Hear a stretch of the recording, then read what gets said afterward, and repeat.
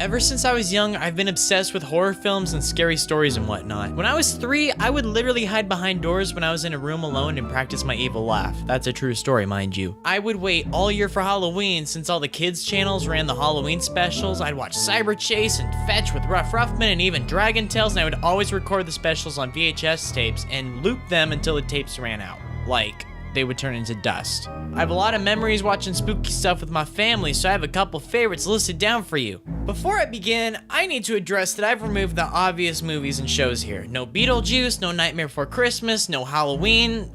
You already know this is good. Like, I'm making this list for you to discover stuff instead of like reaffirming your opinions, okay? So like, a lot of these you probably haven't heard of. If you have heard of a few, good for you. Also, it's worth noting that items 10 through 2 are kind of just thrown together. It's not like number 8 is inherently worse than number 4. It is not a ranked list, except for number 1. So we're gonna climb through these together. This is all building up to number 1. Number 1 is better than all of them, okay? Also, some mild spoilers will be explored through some of these, so if you find a movie or show that looks kind of interesting, just skip the segment. All the timestamps are in the description, so you don't have to just stop watching completely. So slip on your ghost onesie and mix the candy corn with the popcorn, which is really good, by the way, because we're about to start digging in right now with number 10.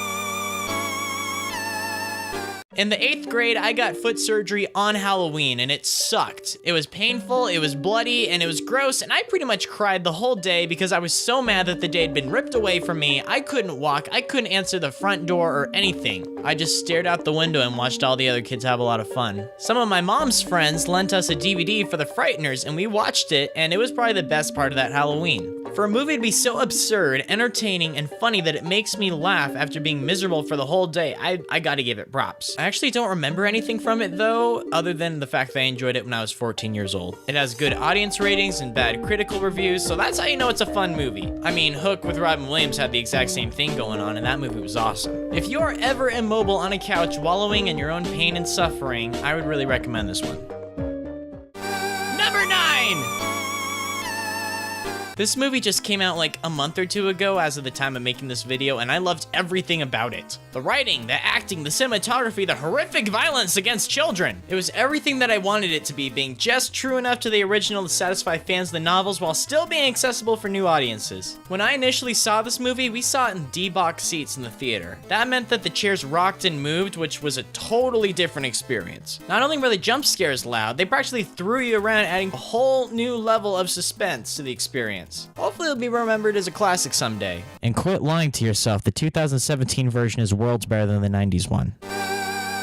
Number 8! Here's a word you don't hear very often, aesthetic. You probably hear that every day if you're an emo kid. This episode looks like Halloween. The sky and the horizon, they're dark, they're pumpkins, they're ghosts, this looks so good. SpongeBob is getting spooked nonstop by his friends, from Squidward to Krabs pranking him, to Miss Puff spooking him, to even Patrick freaking him out by accident. He and Patrick come up with some pretty elaborate prank to pull on the Krusty Krab and scare everyone half to death, until Patrick loses control of SpongeBob and exposes his identity. Everybody starts laughing until the real Flying Dutchman appears and expresses how disgusted he is that everyone is exploiting his likeness for cheap Halloween gags and smearing his reputation among other sea creatures. This is oddly relevant right now, whoa. As punishment, the Dutchman threatens to take everyone's souls and then he takes away SpongeBob's costume and then he panics at the sight of SpongeBob's brain. See, he had this weird idea to cut off the sides of his head to make his head more round since, ghost heads are round, and that kind of freaks everyone out in the room. So why should you watch this despite the fact that I just told you the entire episode? Simple. The artwork is outstanding. I love how much this looks, and I love how it plays out. It's simple, it's fun, it's ironic, and it's spooky, and it's everything that I want from a Halloween special. It's radical.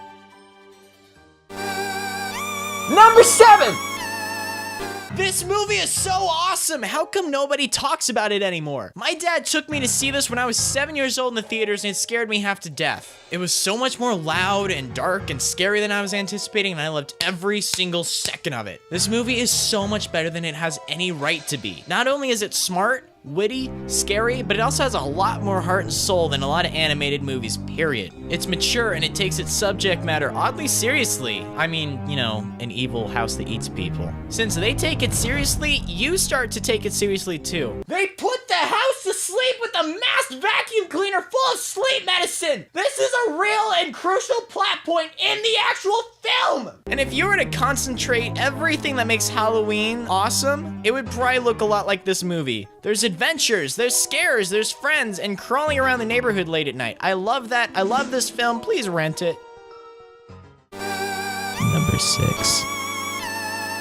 What? Why is Diary of a Wimpy Kid on this list? It's not scary one bit. Yeah, no duh. It's just about a suburban kid trying to navigate the 6th grade, and it's wonderful. One of my favorite family movies by a long shot. This movie's on the list because the Halloween segment in it is incredible. I adore it. Frank hides on the roof and throws a garbage can full of water on the trick-or-treaters. Rowley's mom made him a costume. Roderick scares Greg with an urban legend about Devil Worshipper Woods. Oh, it's so funny. It is suburban goodness, which is going to be a recurring theme in this list, by the way, because I love those vibes because that's what I grew up with. All of my Halloween memories are about exploring neighborhoods and pranks and shenanigans and stories about the local culture. This segment of the movie captures it perfectly. I love it. I love this movie. I love this book. Do yourself a favor and check it out.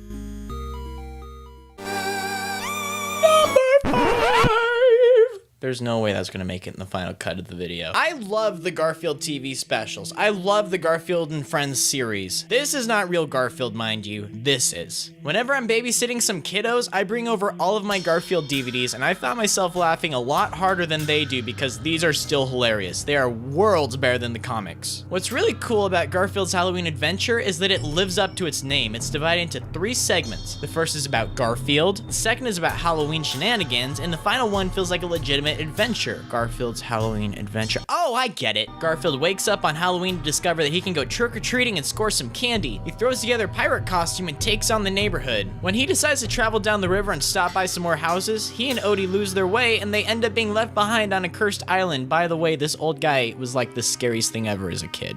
Ah, this is more like it. Remember that comment about suburban goodness I made like 3 seconds ago? That's still relevant. This looks wonderful, and it has like a great pumpkin vibe about it. It's great, and it's one of my all-time favorites. Number 4! Do you remember Alvin and the Chipmunks? Not this, but this! This is real Alvin and the Chipmunks, and I love these. These were so much fun as a kid, and Alvin and the Chipmunks Meet the Wolfman was like my favorite Chipmunks movie. My favorite genre in film has to be called 80s Strange Invaders. I just made that up right now. Neighborhood kids band together in a small town and deal with an alien or a monster or some other villain. Movies like Goonies, Super 8, Stranger Things, Gremlins, The Monster Squad, E.T., Midnight Special, just, such good movies. It's like a weirdly specific classification, but like, it totally exists. These movies are a lot of fun because they remind me of being a kid again. And there's always an even mix of action, effects, and spooks too. I think that's why I enjoyed 2017's It so much. That counts as like an 80s Strange Invader movie, by the way. Alvin and the Chipmunks Meet the Wolfman is kind of like a Strange Invaders film in a way. It's packed to the brim with a lot of adventure, silly October vibes, and just, heck, it's so nostalgic. Like, the Wolfman moves next door, that's awesome. And now Theodore's a werewolf? What? Alright, so if he's like half human, half chipmunk, half werewolf, that's 150% what the heck, dude.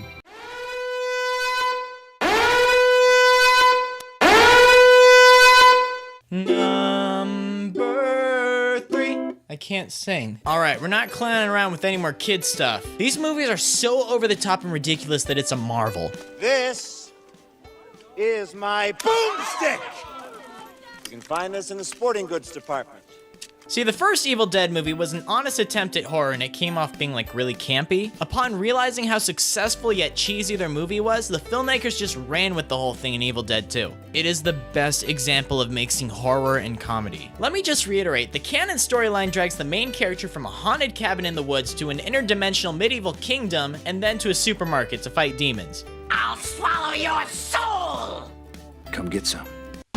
This movie is so good! The remake was a bit controversial because it didn't have any of the comedy elements that made the original so iconic. However, they went completely overboard with the graphic and disturbing effects. I thought it was an excellent homage to the originals and a super radical post-credit scene too, if you haven't ever seen that. My little brother considered himself like a horror movie expert until I showed him this movie and he tapped out. He could not handle it. Although he has since been able to finish it, so I mean, in case he's watching. Ash vs. the Evil Dead, it's alright. It's not nearly as groovy as the originals. Seem to be in the minority with this. They're still fun to watch. I tore through the first season in like a day. It just felt too much like a cable horror series. I don't know, maybe it's just me. But if I ever have a friend staying the night, I always pull out the Evil Dead films on VHS. These are like a sleepover staple from my childhood, and I still rip them out every summer, and I love them.